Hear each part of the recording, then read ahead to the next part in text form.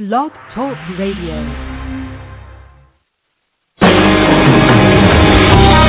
Welcome to Spiritual Insights with Charlotte Spicer.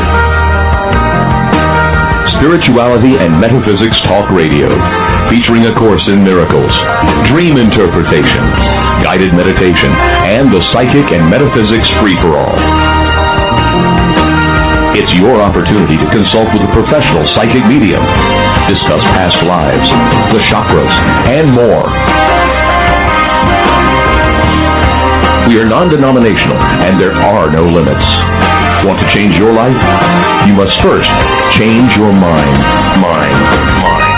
No matter your religious structure, cultivate peace in your reality through self-awareness with an authentic spiritual teacher.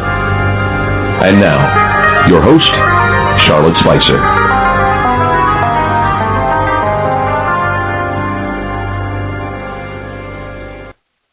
Hello, everyone. Welcome to Spiritual Insights. If you are new to the show, we do monthly segments on A Course in Miracles, and joining me today is my special guest co-host, Robert Rosenthal, MD. And if you are really new to the show, let me tell you a little bit about Dr. Bob, as we affectionately refer to him. He has been a student of A Course in Miracles since before it was published, and was also a close personal friend of Bill Pfeffer, Ph.D., and Dr. Pfeffer was the co-scribe of A Course in Miracles, along with Helen Schuckman. He is also, Dr. Bob, has served on the board of directors for the Foundation for Inner Peace, which is the publisher of the course, and he's been doing that since 1992. He is also a board-certified psychiatrist in private practice near Princeton, New Jersey, and he's also the author of From Plagues to Miracles, the transformational journey of Exodus, from the slavery of ego to the promised land of spirit. The book interprets the biblical story of Exodus and demonstrates the ego's perception of life's conditions.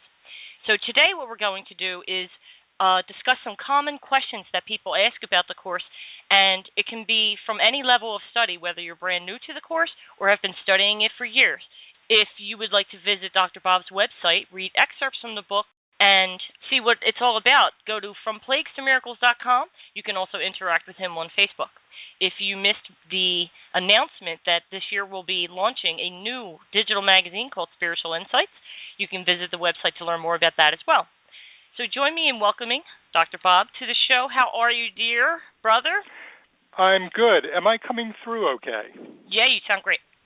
Okay, great, because my headset did a very funny thing.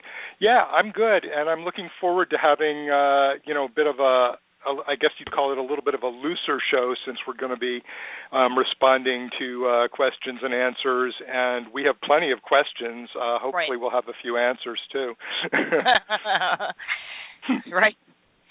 Oh, boy, feet don't fail me now. Well, yes. Yeah. I've been teaching for some time, and there are a lot of common questions that people ask, but we're going to get into some of those and some of the deeper ones. So I'm sure we'll have a lot of fun discussing that.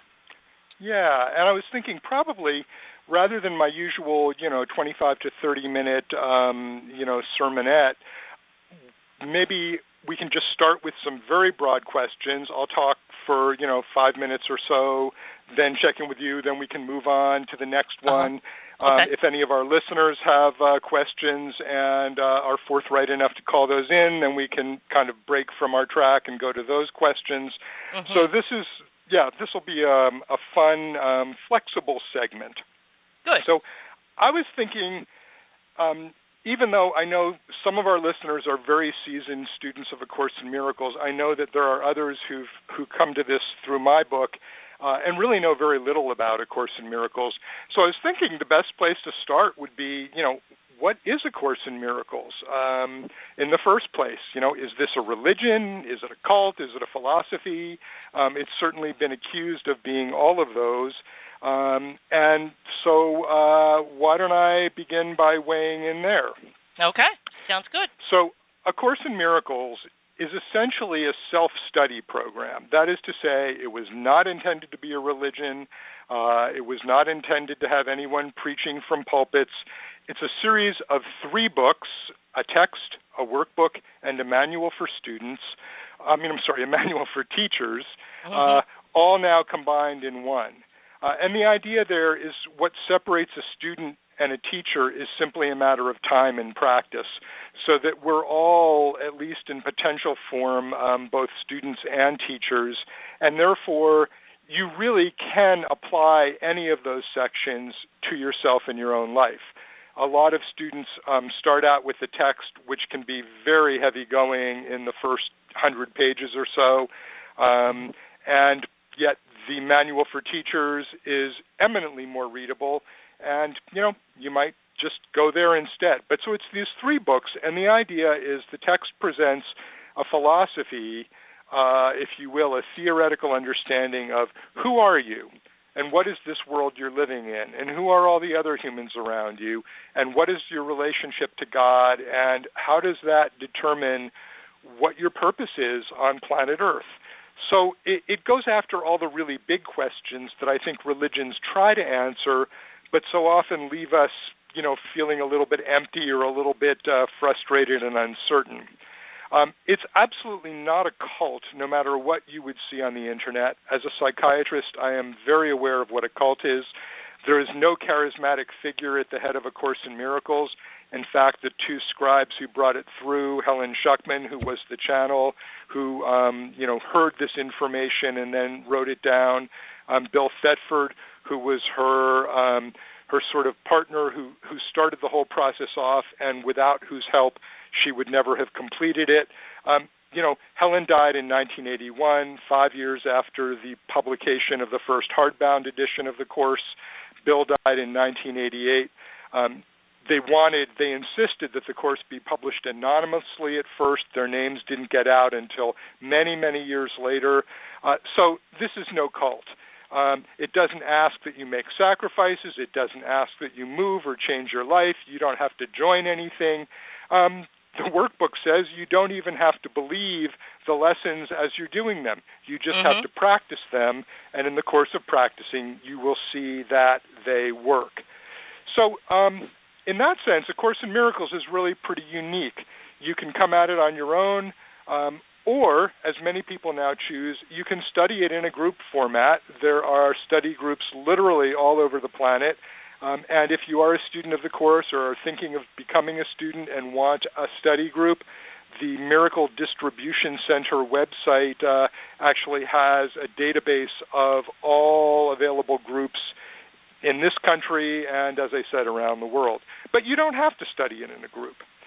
So that is the literal what is a course. Did I miss anything here before we get on to what is it really saying? No, I think you're fine. I think you're going to get into where it came from, who gave the information, so you're fine. Right. So moving on, thank you. I'm going to do those reality checks. The Course was purportedly channeled by the voice of Jesus.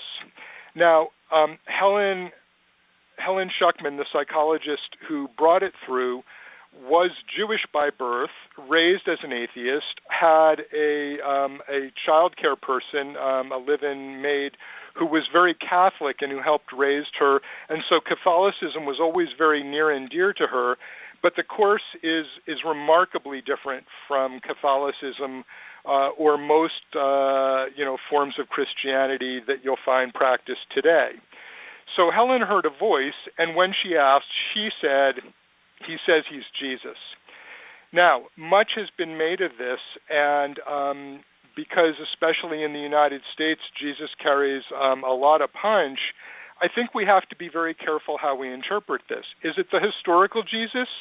Perhaps it is. But the historical Jesus, who died and was resurrected, only spoke Aramaic. He didn't know how to write. And so here's someone channeling a 1,249-page work in beautiful poetic English, much of it in iambic pentameter meter. So clearly that's not exactly the historical Jesus. And this takes us into the Course's theoretical understanding, because the Course says that Jesus, the historical Jesus, was not the only Son of God. He was the Son of God. But so are you, so are me, so is every human being on the planet. We are all sons of God in the sense that the God of A Course in Miracles extended the absolute perfect love that is that God to create what the Course calls his Son. The Course, unfortunately, does use, gender-biased language. It was channeled in the 1960s, well before the feminist movement got started. But so it uses the term Son of God rather than child of God or daughter of God. But the idea being the collective us, what we really are, each one of us, is a oneness, a wholeness. The same oneness and wholeness lives within each of us, and therefore Jesus was just a guide. He went first. A trailblazer. He paved that path. He figured out how to find his way back to the oneness that is God. And now, through A Course in Miracles, he's laying out a path that the rest of us can follow. Now, the Course in Miracles is very clear. It is not the only path. It's not saying follow this path or go to hell. Hardly. In fact, one of the best ways to understand it is that it makes the case that what happened to the original teachings of Jesus was a major distortion, and it's here to correct a lot of those. And therefore, it's actually using terms that get used in conventional modern-day Christianity, but giving them completely different meanings. So, for example, sin in A Course in Miracles is not those things that you've done wrong for which you need to atone or you will go to hell or wind up in purgatory. Sin is all of that which obstructs us and keeps us from seeing our oneness in God, from recognizing that we are but love, which is what God is, and that which keeps us separate from each other and from God. So the Course really redefines all of these, and therefore the question of was it dictated by the historical Jesus actually pulls us back into a certain level of separation. Was it Jesus? Wasn't it Jesus? Who is Jesus anyway? Can Jesus be my guide? I mean, for some people, this is a huge selling point. For other people who were raised, within Christianity and had some very negative experiences, it's a real downer, and they approach the Course with some real trepidation. For someone like myself who was raised Jewish, Jesus was the other. It was, that which, gave rise to the Holocaust, even though I don't believe that's true. So I think when we get to the historical Jesus, we all start applying our own interpretations, and what A Course in Miracles will tell you is that the moment you get into different interpretations, different forms, different ways of seeing something, you are lost in the world of separation. This is where we all find ourselves. This is, in fact, the problem that the Course is designed to address through something that the Course calls the Atonement, and it capitalizes atonement. The atonement is the path back to God. It's the unwinding of all of the illusions of form and separateness that we have fallen into. And notice I'll use the word fall on purpose because I think it's the best understanding of the Adam and Eve story in the fall from Eden. The Course says, and I think it was borrowing from Mary Baker Eddy and Christian Science in this, that Adam fell into a deep sleep, according to Genesis, but nowhere does it say he woke up. So the Course would maintain we are all still asleep. We fell from God, not because we sinned, but because we forgot. We created sort of this virtual reality bubble world where it looks like we're all separate and we all have different forms. We're tall and short, fat and thin, male and female, smart and dumb, rich and poor. We could go on and on and on.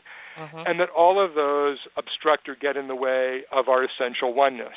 The Course teaches the atonement, which is the process of forgiveness, as according to the Course, and forgiveness is just learning to literally overlook or look through those illusions and see the oneness behind them, the love behind them.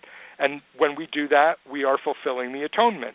As we do that and study that for ourselves, which according to the Course is the only function we have in the world, the function of the miracle worker is to accept the atonement for his or herself.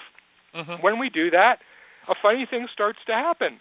Other people in our lives and other people that maybe we don't even know start to wake up as well. And this process of sort of the collective awakening where one mind catalyzes another, because in point of reality, they are all one and the same minds. This is what the Course refers to as miracles. So we're trapped in this bubble of space and time that has gone on for a very, very long time. Allowed to proceed on its own, it would take a very, very long time to wind our way out of illusion and complete the atonement. A Course in Miracles is a catalyst. A catalyst is something that allows a chemical reaction to proceed much faster than it would normally take place. So the Course and its miracles save time. The Course likes to say that each miracle will save 1,000 years of time as we know it. And those miracles really are the byproduct of our practicing the atonement, of our practicing forgiveness, of our recognizing my brother, my neighbor as myself, that is literally as part of myself. And in this way, the work of the historical Jesus is brought back to life for us in this day and age, and in a very undistortable way, although even there it's amazing how the ego mind, which is what keeps us from remembering who we are, how the ego mind can crawl back in there and try to obstruct our learning. Mm-hmm. So the purpose of the Course is for you to become a miracle worker. The purpose of the Course is for you to accept atonement. The purpose of the Course is healing, is forgiveness, and all of these are one and the same. To use the language of a different spiritual system, the purpose of the Course is indeed waking up. It's enlightenment. But it has a view of enlightenment. Char and I were talking before the show, and she reminded me that one of the lessons, number 188, reminds us, that enlightenment is but a recognition and not a change at all. It's a shift in perception, and the Course is all about helping us to shift our perception of the world so that we recognize we're not the victims of it, that it's not being done to us, that we, in fact, are projecting and making the world that we see through our fear and our separation, and that there actually is another way, a better way. Which gets us back into how the Course came into being, and I'll take 2 minutes to talk about that. And then, anyway, so Bill Thetford and Helen Schuckman were psychologists at Columbia Presbyterian Medical School in New York City. It was a cutthroat competitive department. They were ironically working on developing something called the Personality Assessment Scale, which is a way of understanding and measuring the ego, which if you're a student of the Course is extremely ironic. And one day, completely flustered by the backbiting and what was truly a poisonous professional atmosphere at Columbia, Bill said to Helen, there must be another way. And I'm determined to find it. Notice, that was a complete commitment to literally finding a better way, to not seeing separation, to recognizing that his interests and others were aligned. And much to his surprise, Helen said, yes, I will help you find it. And a short time later, the dictation of the Course began. There were a lot of dreams, visions, experiences that Helen and Bill shared, which are available in any one of a number of stories of how A Course in Miracles came to be. But it really started with the commitment of two people in a very difficult and troubled relationship, in a very difficult and troubled setting, to find a better way, a path of love. And since we are all ultimately in relationship with someone else, your mother, your child, your coworker, your boss, the person in the elevator with you, we're in relationships wherever we go. The Course is about healing those relationships so that instead of feeling competitive, angry, defensive, that person's going to attack me, I'd better preemptively attack them first. I'm going to make a sacrifice so that I'm a better human being. I mean, all of the ways in which the mind that we consider to be ourself, the ego mind, sort of twists us and turns us and makes the world a very dangerous place, all of these are gradually undone, and we discover a path that is all about love and forgiveness and oneness instead. So let me, I'm sure that triggered some thoughts, or if I was completely, perfectly complete, let me know. And but that's how A Course came. Yes, it was dictated by a voice that identified itself as Jesus. No, Jesus is not special, except that he found a path first, and now is in a sense blazing a trail that we can all follow through this particular teaching. All right. Okay. No, that was great. Of course, forgiveness is jumping out at me, and I want to point out that in part 2 of the book, some very heavy questions are answered, such as, what is forgiveness? And it says, forgiveness recognizes what you thought your brother did to you has not occurred. So forgiveness then corrects your perception of the events of your life. And it reminds me of, my classes where you can really see a noticeable reaction from participants where, if sometimes, and we do it on the show too, like we're like, it's all an illusion, it never happened, and then I got to kind of jump in there and say, let's break that down a little bit, because to the ego, as you start to get into A Course in Miracles, or as you progress further into it, the ego starts to become outraged by some of the statements. And I remember one person in particular who literally scowled and raised his voice and said to me in class when I was talking about forgiveness, are you telling me that I should forgive the guy that threw that grenade at me when I was in the war? And I just very calmly said, yes, that's exactly what I'm saying. Otherwise, what are you doing with that memory but allowing it to eat you up inside? What else will you, why would you not choose freedom from that bad memory? You're not letting him off the hook. I went into whatever I said. But it was a very strong reaction, and so I wanted to touch a little bit on forgiveness and remind everybody that it really allows for the Holy Spirit to come in, and we should touch on Him, to come in and correct your perceptions of events, because our perceptions, you had mentioned projection earlier. First we project based on our hopes, fears, attachments, all that makes us, the fearful beings that we are, and then we perceive what we believe. So if we believe the world is a scary place, it will be. If we believe that people are inherently good, they will be. And we will attract those things. And then we attract things that the goal is to show us how we're misperceiving, but we tend to go back to the blame, shame, and guilt. We attack, and then we justify our attack and say, well, they made me angry, and therefore I'm justified in my response. But there's just so much we could say about that, but we're going to touch on a lot of different things. But it also goes into what is salvation. It addresses what is the world. It goes into what is sin, as you were touching on, what is the body, and what is the Holy Spirit, and what is the Christ. And it's very specific, and it's rather brief in comparison to many of the passages in the text. Those are great sections. And it's very to the point. And yes, while it's written sort of in it's got a biblical feel to it. My favorite sections are the ones where it gets personal in like the first person when he's talking, and I firmly believe this is Jesus talking.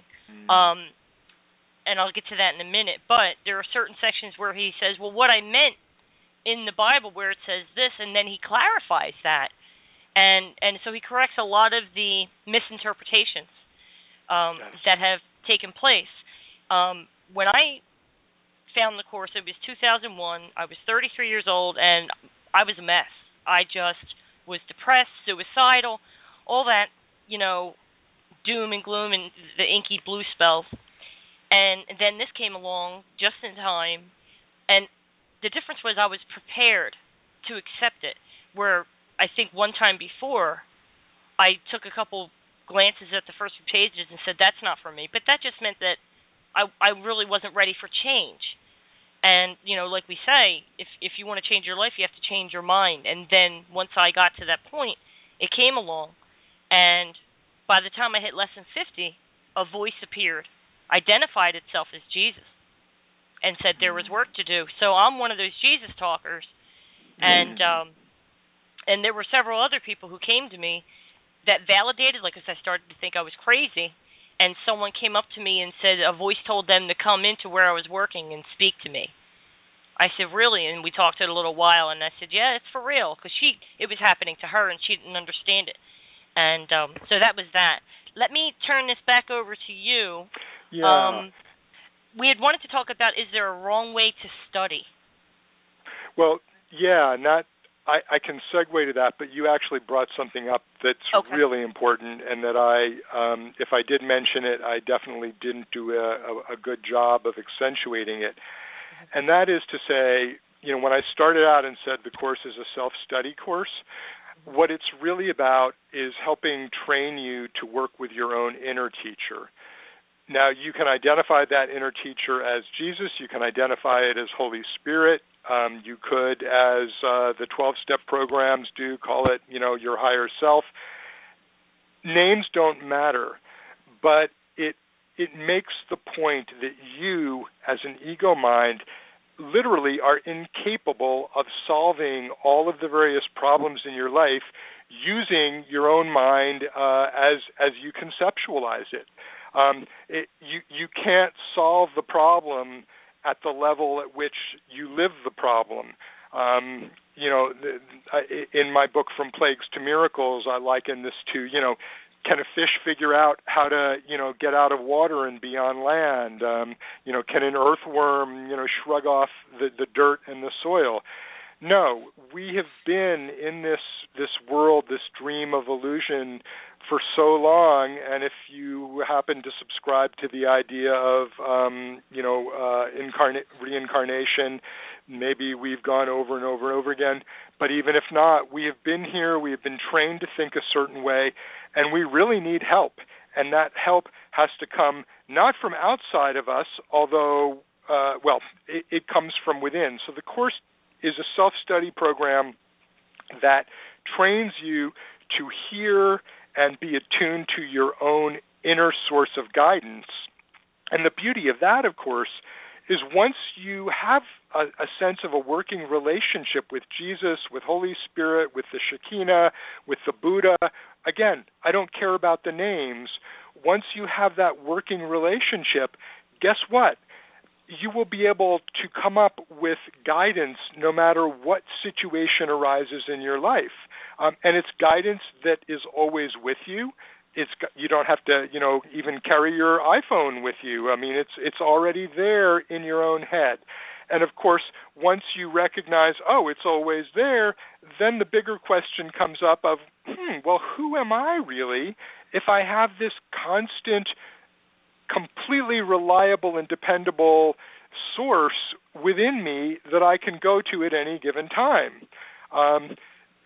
Char, you pointed out that the voice of Jesus does correct many passages from the Bible, from the New Testament, saying, this is what I really meant to say. Well, one of my favorites is, he says in the course... Something weird just happened. You just cut out, and there was this strange static on the line. Could you repeat, the last four sentences? At least? Sure.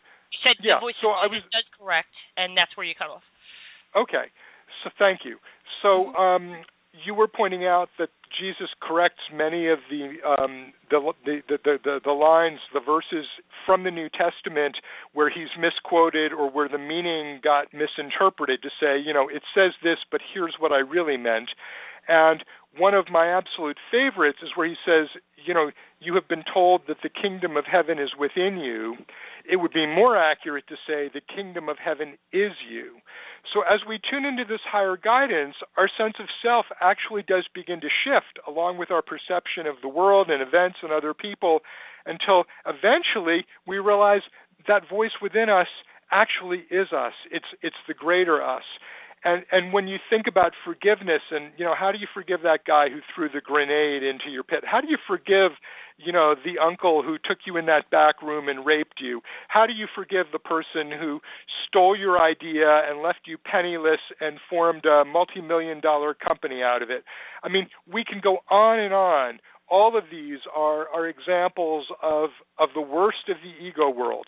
Well, from within the ego world, you can't forgive it. These are reprehensible, and for many people, it does take many years to deal with their anger and work their way through this.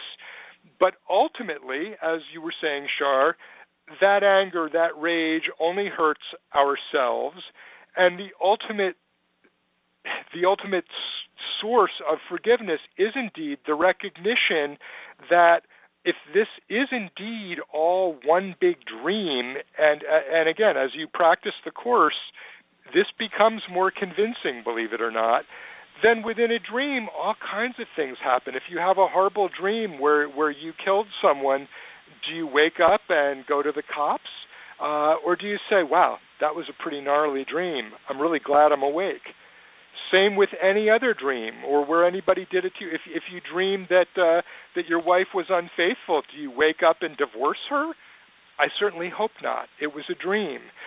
So there are two lessons in the Course that say, let me recognize the problem so it can be solved, and let me recognize that my problems have been solved. And what these two lessons say is there really is only one problem, where we see myriad problems and an endless series of obstacles and hurts and grievances and attacks and defenses. There really is only one problem, and that one problem is that you think you're a separate self, living in a separate body, ruled by a private mind that nobody else knows anything about with its own thoughts, and that you're going about the world this way. And therefore, if you believe that, all the rest of the problems of the world are inevitable. You can't get around them. You might have a good year here and there, but it isn't going to last. No. And by the way, even if you have a really wonderful life, at the end of that life you're going to die. People you know and love are going to die. Bad stuff is going to happen because that is the ego's world.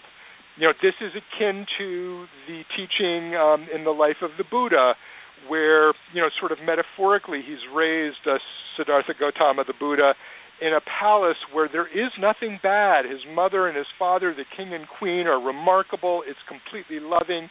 He's married to a woman who's perfect. Their love is perfect. They have perfect children. Nothing invades the palace grounds, and he thinks, I got it made. And then one day he ventures outside of the palace grounds to discover, a sick person, an old person, and a corpse, and realizes that no matter how good it is, people are, we get sick, we get old, inevitably, and we die. So just the fact of those alone should be causing each one of us not to say, let me see what I can do, within this dream, let me, jog and, take supplements so that I live forever, let me pile up as much money as I can so that nothing bad ever gets me. No, it's not going to work. You can't solve that one problem from within the confines of the illusion. You have to go beyond it. And when you recognize the one problem is your separate sense of self, and you begin to work on that, and you practice forgiveness, which helps you to see that your brother is you, then indeed it makes sense that all of the things that you thought happened never occurred, because they happened to separate beings in separate bodies, and that is part of the illusion. And therefore, they just kind of fade out. And real forgiveness is not, I am superior to you, and I will therefore forgive you because I know better and you are a miserable worm. No, real forgiveness, even if you get there not in a spiritual path, real forgiveness is, it just doesn't feel terribly bad anymore. It's over. When I work with survivors of horrible childhood trauma, the mantra is, that was then, this is now. It's only there if you hold on to the past. So there is only one problem, even though it looks like myriad different problems from the perspective of our ego mind. And the more we see that, the more we know what the one solution to that one problem is. It's forgiveness. It's atonement. And that's what the Course teaches us. And that reminds me of a very major point.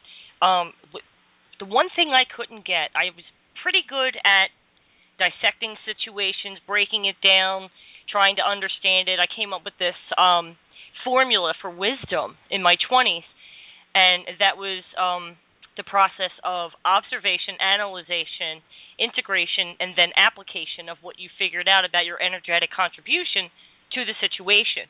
But the one thing I couldn't get was how to let go.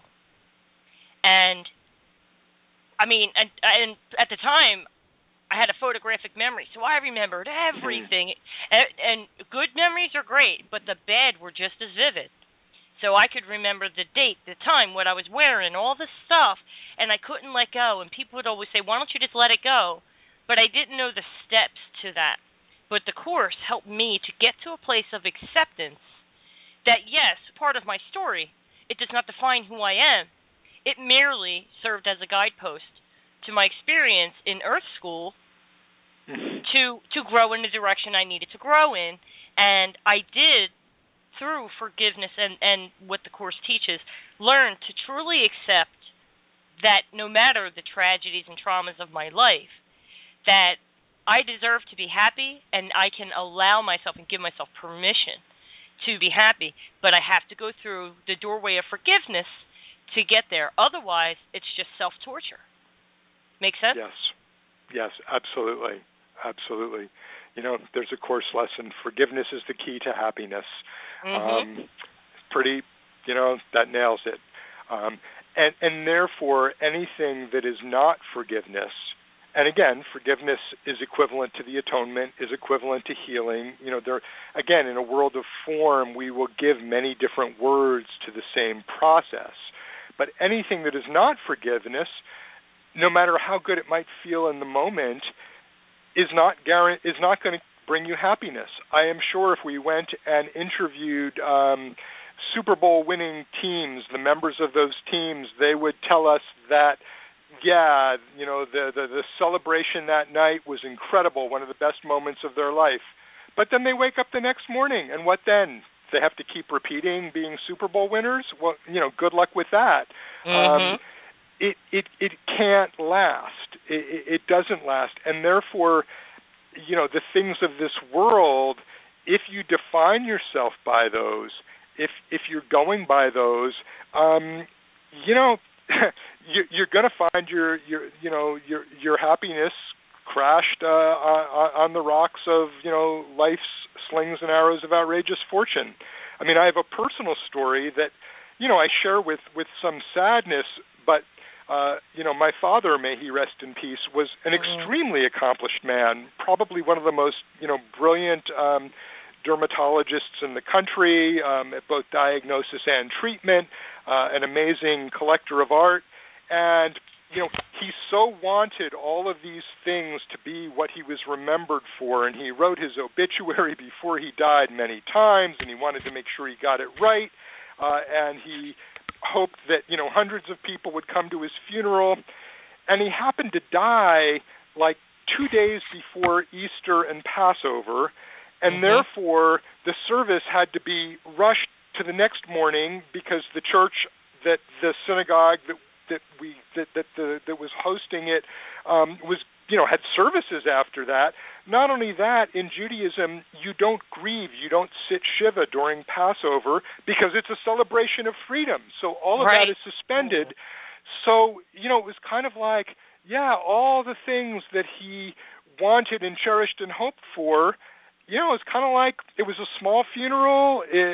You know, very few people even saw the obit in the paper. And I thought to myself, yeah, you know, you put such hopes in this, Dad, but this isn't the way.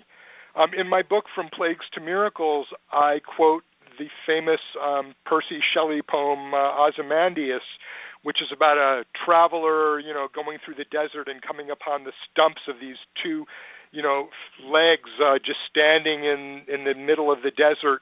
And there's a plaque, and I'm paraphrasing here, saying, you know, Here is Ozymandias, king of kings. Behold his works, ye mighty, and tremble.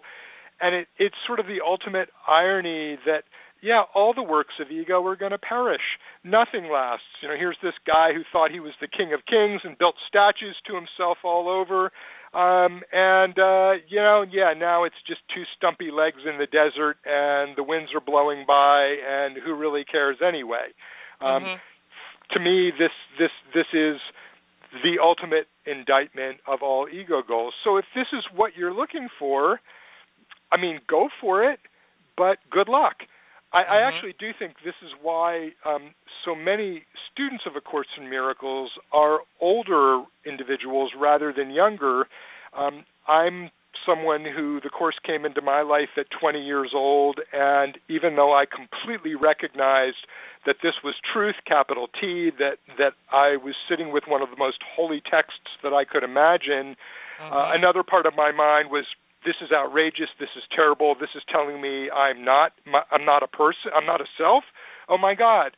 And I had to go through a lot, because at 20 years old, you still do cherish notions of success. You cherish notions of a certain kind of romantic partner. And I think as we go through life and just have more experience, we can say, oh yeah, I've been there, I did that. Another great example of this for me, and I have many, was I was a screenwriter for 9 years. During that time, I did very little with A Course in Miracles. My energy was going into screenwriting. I was very much an acolyte of the Abraham Hicks teachings, which I actually think are quite compatible with the Course, but are so often misunderstood to mean, oh, you can manifest whatever life you want. And I was trying to manifest a life where I was an Academy Award-winning screenwriter. So I had a movie. It was a good screenplay. An actress on the West Coast said, let me make this for you. She pulled together an amazing bunch of people. And as we shot the first scene of my screenplay on the banks of the Columbia River just outside Portland, Oregon at sunset, and I'm watching my words come to life, I thought, man, this is amazing. It really doesn't get much better than this. And then 2 days later, the lead actor showed up. He had his own ideas about how he wanted to make this movie. I flew back east to see my patients, and by the time I came back to the set 2 weeks later, the shoot had been destroyed by this gentleman and his need to be the center of attention. And when I finally got the rough cut in the mail, I played it, and I watched this movie that when I saw the first scene being filmed, I thought it was the best thing that ever happened to me. Well, here it was. This is the worst thing that ever happened to me. Now I'm watching my words be trashed, and it's not working, and oh my gosh, this is wrong, and this is wrong. And I started scrambling. Well, we can cut this scene. If we put this together with this, we might be able to salvage this. We might be able to salvage this. And as one thing after another fell through and didn't happen, I finally realized, this is not my path. This is not a path to happiness. Yeah. And I let go. I gave it up. And when I gave it up and realized, okay, I'm a writer, but I'm not doing screenplays anymore, what should I do? That's when I started getting the ideas and working on my book, From Plagues to Miracles. Yeah. So sometimes we have to go through, what people affectionately call the school of hard knocks. We have to pursue those things that we think we want from an ego perspective in order to see that either we don't get them and life isn't devastated and maybe we didn't need them in the first place, or we do get them and they don't last, or they're not what we thought they were going to be. I mean, how many of us have had an intense romantic crush, and the relationship is wonderful for the first 2 weeks, and you're floating on cloud nine, and it's the best thing ever, and then you start to realize there are things about the other person that kind of bug you. You don't like the way they do things in the morning. They don't have the same routine that you do. And these little seeming things creep in, and slowly but surely your romantic or sexual or both paradise crashes and burns, and you go, well, I made a mistake, and you dump them. we Right. have to go through these things sometimes to realize. Sometimes, several times. Yes, how about that? Sometimes, well, you have to. Otherwise, how do you recognize? Exactly. And then when you go to read the course, you're like, I've done this repeatedly. I get it. Or you should see the notes I have in some of my margins. My goodness. But Yeah. I really liked your story about the movie, Bob, and how you were saying, well, maybe we can salvage this and we can move this around, because I think that's a metaphor for our lives. And Yes. I think that's what many of us do. If you look at your life as a film strip, we wrestle and struggle, and we can't cry hard enough to salvage what we want to salvage, to rearrange what we want to rearrange. But we work very hard at deluding ourselves. So A Course in Miracles pulls you out of that and allows you to look at each frame of the movie of your life in total stillness and acceptance, and it gets you to a place of peace where you're like, okay, I don't have to chase after what my ego, makes shiny. You know that thing, the little pen, and you tease cats by putting a laser on the wall and the cat chases it? Oh, yes. That's what we always say, the ego whispers and pretends to be your best friend. But like I said in the previous episode, think of it almost like a blanket of darkness descending upon the earth, like from the book of Exodus, like that fog. And it knows how to use your personality against you. And I forget what I was trying to say. When we learn to understand that, I think the phrase keeps popping up because you've said the mind that creates our lives. We can't solve our problems with the same mind that created them. So the whole point is to change your mind and change thoughts of the past into creative thoughts, and accept that, okay, so you weren't meant to be a screenwriter, but you were meant to be a healer. And I love the story you told me when we first met, that you wanted to be a surgeon. And then you got into the course, and you were like, how am I going to do this? If the body's an illusion, what am I fixing? I always wanted to be a psychiatrist, but here's the beauty of that.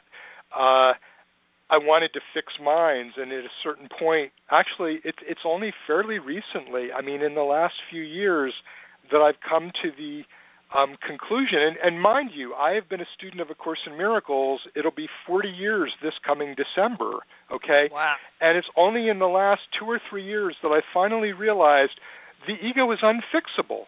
Of the entire enterprise of psychotherapy as it's practiced in the world is, let me take the Titanic and dress it up and make sure it's going to be a good cruise. Well, you're never going to have a good cruise on the Titanic. That iceberg's always going to be there.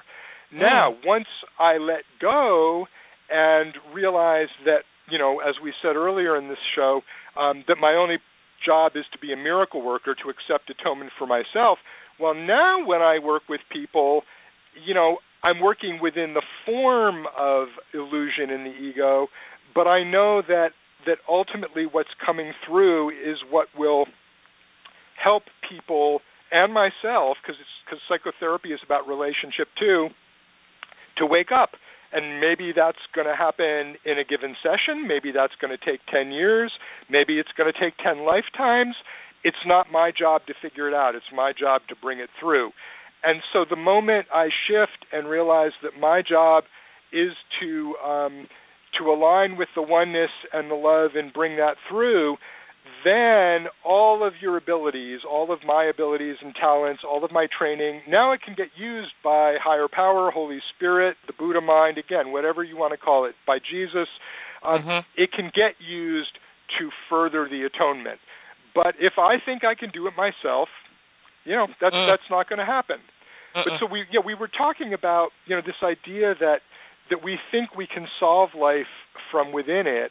And you talked about my screenwriting and movie experience is a great metaphor for trying to salvage our lives, and I think that was just perfect, because we really do that. We say, well, you know what, this relationship didn't work, but hey, the next one, I know exactly what I'm looking for. We buy a house and we think it's remarkable. And after a year or two, we see other people have bigger, nicer houses, and now we've got to move on to that. To the ego, it's never going to be satisfying. The Course says the ego's motto is seek but do not find. The ego loves searching and questing and asking, but it never does find. So when you were talking about the movie, what came into my mind that I want to share is, yes, the movie, the story of your life, is not you. It's not who you are. You're not the movie. You're the light. You're the light of that comes through and gives the illusion that there's a movie. And so the purpose of the Course is just to remind you that, yeah, there's this play of light and shadow going on, and it has a lot of drama to it. But once you realize that you're the light, then you're in all of it, and all of it is in you, and not through form, but through essence. And maybe that's what they mean by enlightenment, that you recognize that you're nothing but light, and that everyone else is just light as well. So I wanted to share that little sort agree. of the place where that metaphor takes us back into the Course. Yeah, perhaps we can make it succinct by saying that enlightenment is simply remembering who you really are. Yes. And remember what you already know. And that is that we are one, that we are holy children of God, and that we are part of Him because we cannot be apart from our source.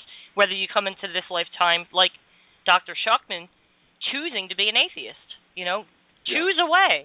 But the truth of you is what we're trying to get to.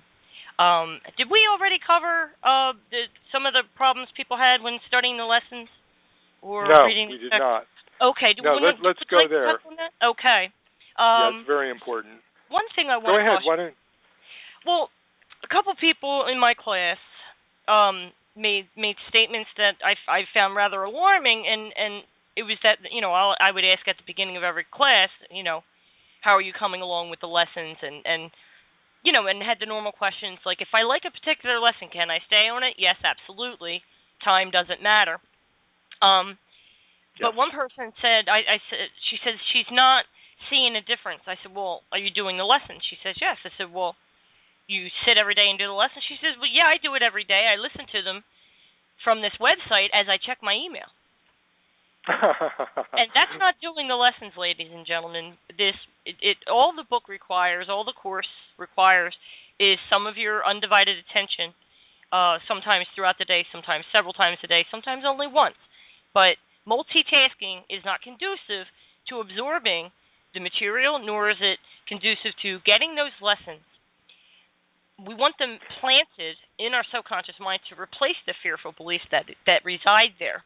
So multitasking is not good. However, that's a great point. I did have several students who had mental challenges, and I know you'll understand this as a psychiatrist. There's ADD, there's bipolar, and there's other things that can prove to be challenging when you're trying to focus. And in one instance, people would complain, and it happened to me, so I understood what they were talking about. They would say, well, I'll be reading in the text, and I get to the bottom of the page, and I turn it, and I immediately forget what I've read. And the other instance is, while doing the lessons, they can't seem to focus, or they don't get it.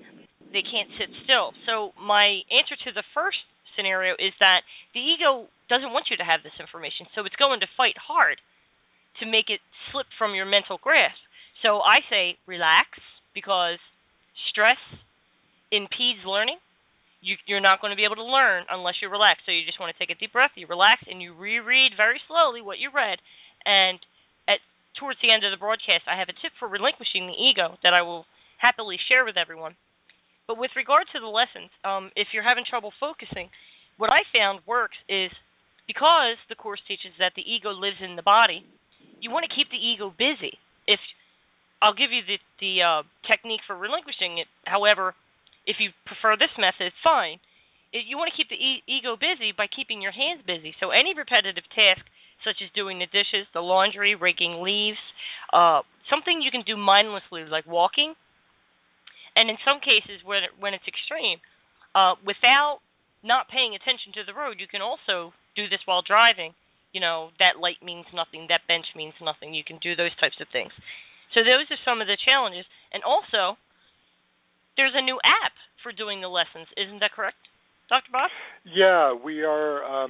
The Foundation for Inner Peace is developing apps, not just in English. We're developing them in a number of languages on both Apple and Android platforms. There has been an app actually for quite some time that I've had on my iPhone and my iPod well before the iPhone, but they're getting much more sophisticated. So now there are apps that can remind you every hour on the hour to remember your lesson. Some people feel that that's cheating in some way, that you should be calling it up on your own. Again, none of us can judge what another person's curriculum and path should be. Ask your inner teacher, is this a learning aid that would be helpful to me, or is it better for me not to do it that way? You are correct, Char. The ego will sneak in there and get its little claws into just about everything. So the desire to do the lessons perfectly is not coming from spirit. That's an ego desire. That's ego telling you should be doing it a certain way. By the same token, as you were saying, multitasking is very definitely the ego getting in the way. I mean, think about it this way. If you are trying to multitask while doing your course lessons, what are you choosing as your priority? You must believe that what you are doing alongside those lessons is of an equal or higher priority than the lessons themselves. Well, if you believe that, then the lessons aren't going to do anything, because in doing the lesson, it has to be your complete priority, at least for the 2 minutes or 5 minutes or 15 minutes that you're doing the lesson. And these, go ahead. No, I was just saying it's very important because it takes commitment and it takes focus. And these lessons, they're not just words on a page. They're an experience. They break you out of time. They're miracles. Why would you not want a daily miracle? It's crazy. We're trying to get out of a prison house that we have been locked in, and where our thinking is so upside down that you have to really work to take it in a different direction. If you're in prison and you really want to escape, you've got to be thinking about it every day, and you've got to be, seeing where you're still trapped. Bad analogy here on the East Coast, where some prisoners just escaped. Oh my God! But no, it needs to be a 100% commitment, even if that 100% commitment is only played out with a half a minute a day. I truly believe that intention works in a way where if you have a genuine intention, even if you are only able to follow it for a very brief period of time, that brief period will become a beachhead that will allow you to do more and more, will bring in the experience that will show you that this is a worthwhile path, and eventually take you where you need to go, where you recognize that ultimately there is nothing else that you want to do, because the peace of God is everything I want, as lesson 185 would tell us. So you can do other things, but eventually we all get brought back. Now, in terms of studying, some of the text is very difficult going in some places, because it does turn what we think we know about the world on its head. I used to find, I don't know whether you've had this experience, Char, but I'd frequently find that I'd read a sentence and I'd be like, what? And then I'd realize that I distorted a word and gave it, I can't even think of an example, but, I would read it and I would substitute a different word that completely changed the meaning of the passage into something that was totally ego in mind. I think this is part of how we learn. We need to recognize, wait a minute, is that what the Course is saying? Let me go back, let me read it more carefully. Oh, no, it's not. But again, it's a self-study course, so if you are struggling to get through something and your mind is saying, I hate this this passage, this is, why are you persisting with that particular passage? Go to your inner guidance, say, help, I don't like this. There must be a better way, and see what you get. Maybe it is about going to the workbook. Maybe it's about going to the manual for teachers or one of the two supplements, the Song of Prayer, the psychotherapy manual. Maybe it'll say, douse the table of contents of the text, because there are many, many sections later on that are quite easy to read and are absolutely gorgeous and inspirational. And maybe when you encounter one of those, it will help you go, this is what I needed. Yep. But, recognize resistance is coming from the ego. Yes. And self-awareness at times can be painful, but there is no real growth without some level of discomfort. And I didn't always like it, but I was getting the information that I needed to hear, and once I let go of my resistance to the information, then I was able to absorb it and learn more about myself and why I think the way I do and why I react the way I do, and get myself to move beyond that. But when I felt myself being frustrated, bored, or some other reaction, I sat with it, and very calmly, sometimes I would read it out loud so that my subconscious would hear it even louder. But I wanted to get that information planted in my subconscious, and then I would allow myself to move on or go sing, go do something. But it takes a level of commitment. There was one more thing that, the little exercise. Yes, why don't we move to that? I found this by accident, and I was trying to do something else. To be honest, I was trying to raise my Kundalini, and I did this by accident. And what I discovered was I had to cut the noise down in my head, because I was either trying to read the text or listen when I asked a question. I wanted guidance, and I would hear myself, all that chatter. And so I said, well, there's got to be a way to effectively quiet my mind. So what I did was I sat in my chair, and I sat tall and closed my eyes, and then I imagined going to the pineal gland, which is in the center of the head, and it actually is your third eye. And what I did was I visualized a bubble coming from the outside of my skull, very slowly inward and getting smaller as it did, and as it went, it encapsulated my ego until it was about the size of a marble. And then I very slowly visualized, and I found that sometimes I would lose my grip, so I had to slow down a bit, but very slowly visualize that moving to the back of your head and then out the back of your skull, and I actually felt energy leave my head. After that, it became much easier to either study or hear my inner teacher tell me what I needed to do to resolve a conflict. Does that make sense? Yeah. So maybe if you could break it down into quick and easy steps, then we can all kind of take that and package it for as one of the tools that we can use. Okay. So basically, sit tall, close your eyes, visualize a bubble larger than your head, moving inward to the center and growing smaller as it goes until it encapsulates your ego, run the center of your skull, and then visualize pushing that backward until you can get it to the edge of your skull in the back, and then push it out. And you will feel energy as you practice this leaving your head, and you'll feel lighter. It's the strangest thing, but that's what I do before I study, before I give a reading, before I consult, for guidance. You're make sure clearing things out. I'm clearing it out.